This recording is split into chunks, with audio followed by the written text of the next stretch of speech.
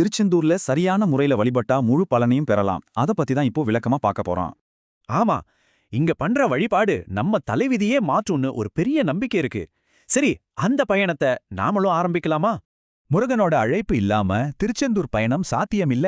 கிளம்புறதுக்கு முன்னாடி வீட்ல ஒரு சின்ன விஷயம் செய்யணும். முதல்ல குலதெய்வத்தை கும்பிட்டுட்டு அப்புறம் முருகன் கிட்ட உங்க பயணத்தை ஒப்படைச்சு வேண்டிக்கோங்க.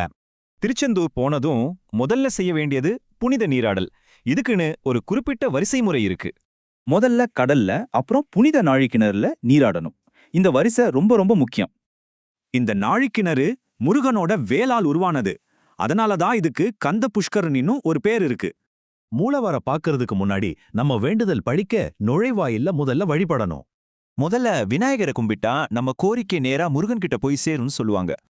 அடுத்து இந்த கோயில புதுப்பிச்ச மௌன சுவாமிகள், காசி சுவாமிகள், ஆறுமுக சுவாமிகளுக்கு மரியாதை செலுத்தணும். சரி, இப்ப நாம கோயிலோட கருவறைக்கே வந்தாச்சு. இங்க என்னென்ன தெய்வங்கள், என்னென்ன ஆசீர்வாதங்கள்னு பாப்போம். மூலவர் சன்னதியில சுப்பிரமணியரையும் சண்முகரையும் மனசுல முருகனோட பேரை சொல்லிக்கிட்டே வணங்கணும். இதோட பலன் என்னன்னா, இங்க தர்ற பன்னீர், விபூதி நோய்களை தீர்த்து தோஷங்களை நீக்கும் சக்தி கொண்டது.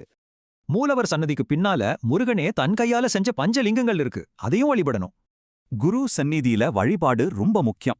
2 நெய் தீபம் ஏத்தி மஞ்சள் துணி சாத்தி அர்ச்சனை பண்ணுங்க.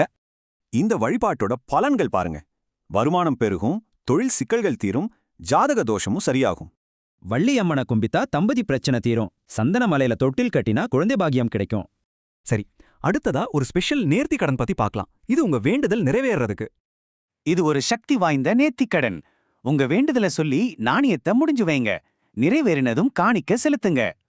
கடைசியா கொடிமரத்துக்கிட்ட இருக்கிற கல்யாண விநாயகரைய கும்பிட்டு உங்க வழிபாட்டை முடிச்சுக்கோங்க. திருச்செந்தூர் தரிசன முறைக்கே ஒரு ஆழமான அர்த்தம் இருக்கு. அது நம்ம வாழ்க்கையில உயர்வை தரும். நீங்க இறங்கி தரிசனம் பண்றது பணிவையும், ஏறி வர்றது வாழ்க்கையோட முன்னேற்றத்தையும் குறிக்குது. முழுமையான பலன் கிடைக்க கந்த சஷ்டி கவசம் சொல்லி குறிப்பிட்ட உடையில் தரிசனம் பண்ணுங்க. ரொம்ப விசேஷம். இந்த வழிபாட்டு முறை உங்க வாழ்க்கையில நிச்சயம் ஒரு முன்னேற்றத்தை தரும். இந்த பயணத்துக்கு நீங்க தயாரா?